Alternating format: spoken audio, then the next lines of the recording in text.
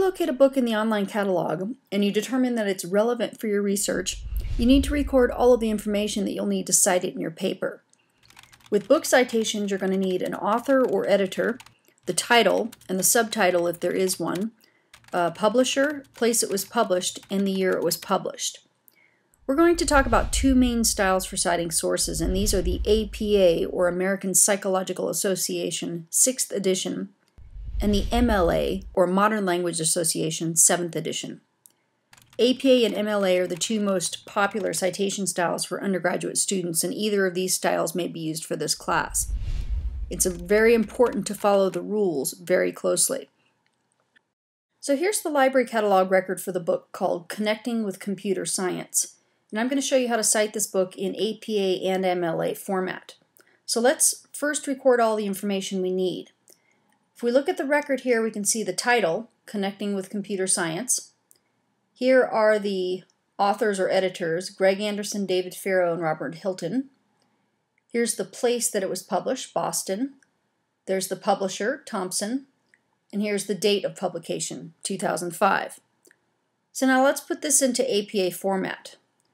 I've already started these citations for you, so we'll look at APA first. APA citations include authors' last names and then their first initials. The date follows in parentheses, and then comes the title of the book. You'll notice that the title of the book is in italics, and only the first word of the title is capitalized. If there were proper nouns in here, those would be capitalized as well.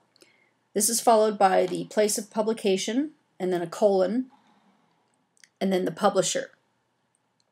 MLA includes the author's last name and the whole first name, and subsequent authors go first name, last name, so only the first author is inverted.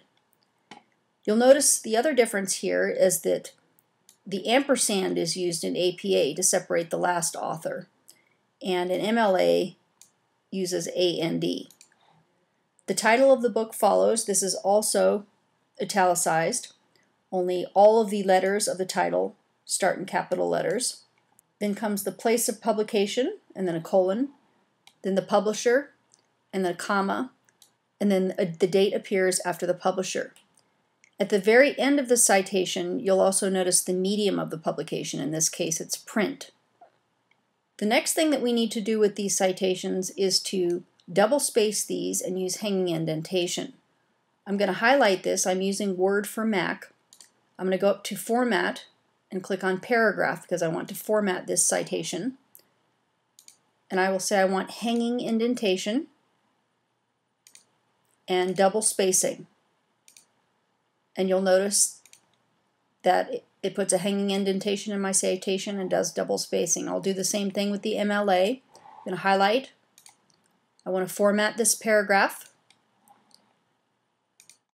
Hanging indentation and double line spacing.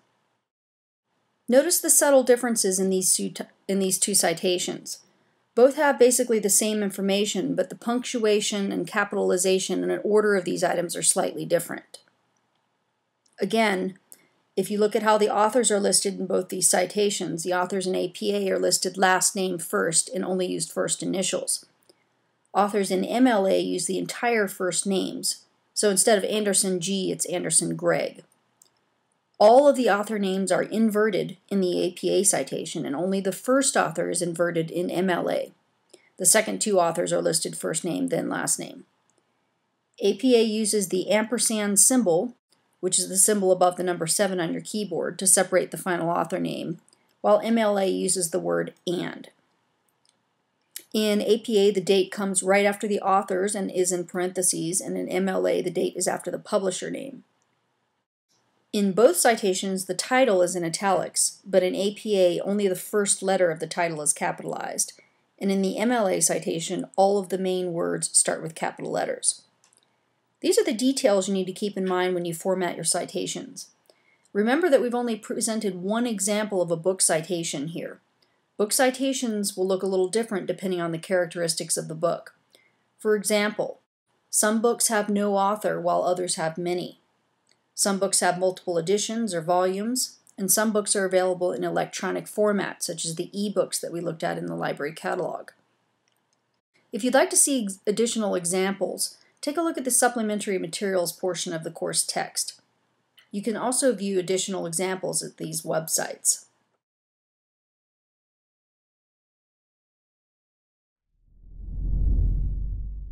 The other thing that we'll need to do after we locate a book is to evaluate its quality. And to do this, we'll use the criteria that we discussed in Module 2: authority or credibility, references and documentation, objectivity or bias, currency, and presentation. So let's walk through the process here. After doing a search in the online catalog, we find a book that's relevant to our research topic, which will be on global climate change. And we find this book called Global Warming: Understanding the Forecast, written by David Archer. In order to give an honest evaluation of a book, we actually need to retrieve it from the shelf and flip through it. So I look to see where it is and if it's checked out. The book is in the Stewart Library in the general collection on the top floor, and it is checked in, so I write down the complete call number so I can go find it. Now that I have the book in my hand, the first step is to open up to the title page, and on both sides of the title page I see the information that I'm going to need to write my citation. Here's the title, author, publisher, year of publication, and place of publication. Since this book is published in 2007, I think it's going to be current enough for my topic. The next thing I'm going to look at is the table of contents. By examining the table of contents, I get a quick overview of the subjects discussed in this book, and this enables me to better judge the relevance of this book to my research question. This particular book is divided into 3 parts that focus on the greenhouse effect, the carbon cycle, and the future of global warming. Next, I'll flip through to the preface of the book, and this preface tells me the purpose of this book and how it came to be and the intended reading level. And I read here that this book was based on class lectures for undergraduate non-science majors and is suitable for students of all backgrounds. This lets me know that the language will be easy enough for me to understand. The main focus of the text is assessing the risk of anthropogenic climate change, and that sounds relevant to my topic. Keep in mind that you don't need to read an entire book from cover to cover to give an honest evaluation. I can quickly flip through this book to see any special features and to see how the book is organized. And as I flip through this book, I can see that it's organized into chapters. There is a useful glossary and a detailed index at the end, which will enable me to find relevant information quickly. And this book is filled with detailed charts and graphs and some mathematical formulas that will make difficult concepts easier for me to visualize or understand. I'm going to flip to the back cover now, where I find information about the author's position and affiliation.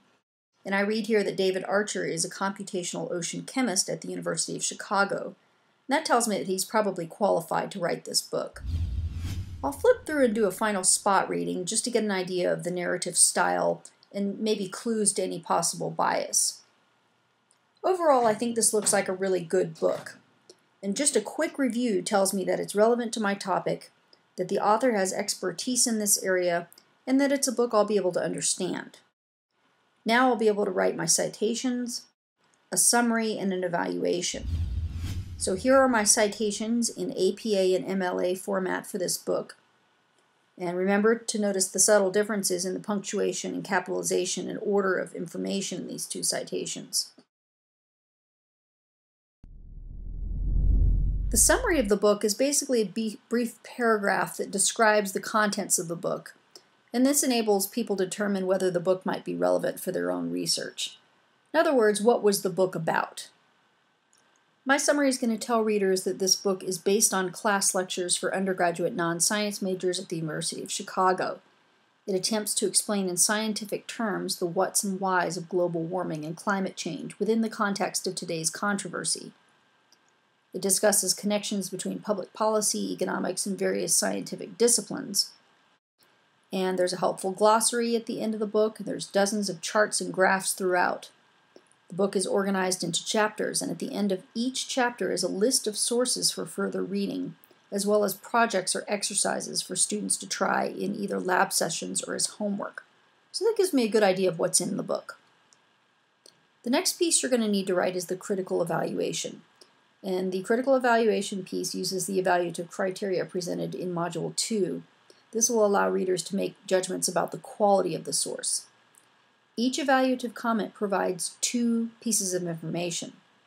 First, the criterion used, for example, authority or credibility, references or documentation, objectivity or bias, etc. And second, specific examples within the source that illustrate support for that criterion. So let's take a look at a few examples here.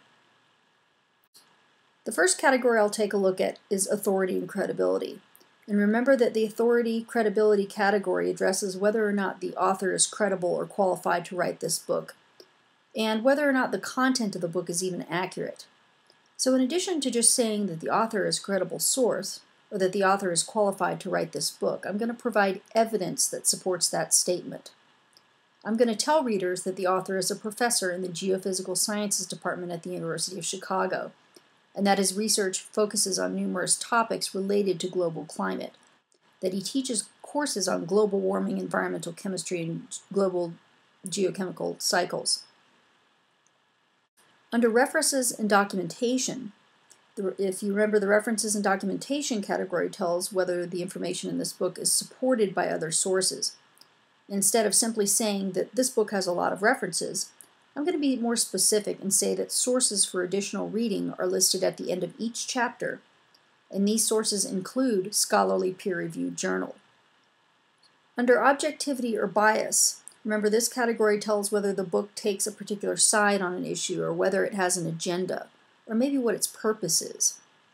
I'm going to tell readers that this book presents and explains facts simply to inform, so the book is presented overall in an unbiased fashion. However, in my spot reading, I noted that Archer is providing evidence that supports the idea of global warming, so one might argue that he takes a pro-climate change stance. However, he does encourage readers to make their own decisions about these issues through simple mathematical formulas.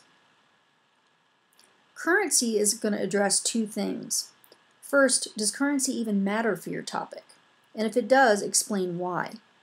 Second, it's going to explain whether the source is current enough for your topic and why.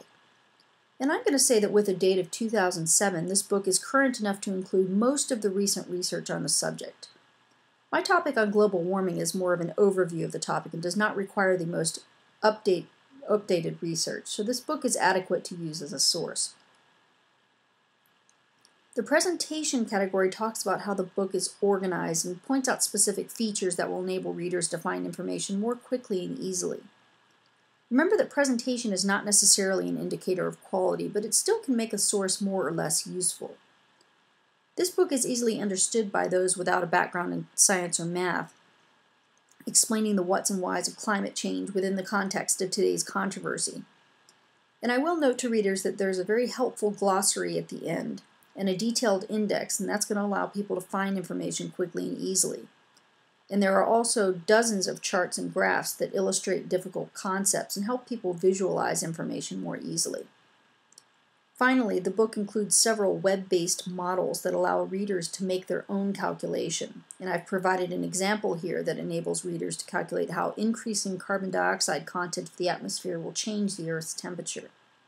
And again, these are all examples that I found in the book. You can find more detailed information concerning evaluation through the supplementary materials of the course. The section titled Evaluation Criteria lists and discusses the standards by which quality is measured. And the Evaluation Step-by-Step section shows how these criteria can be applied to the actual evaluation of an information source. And this will take you step by step through the evaluation of a book and a website and an article.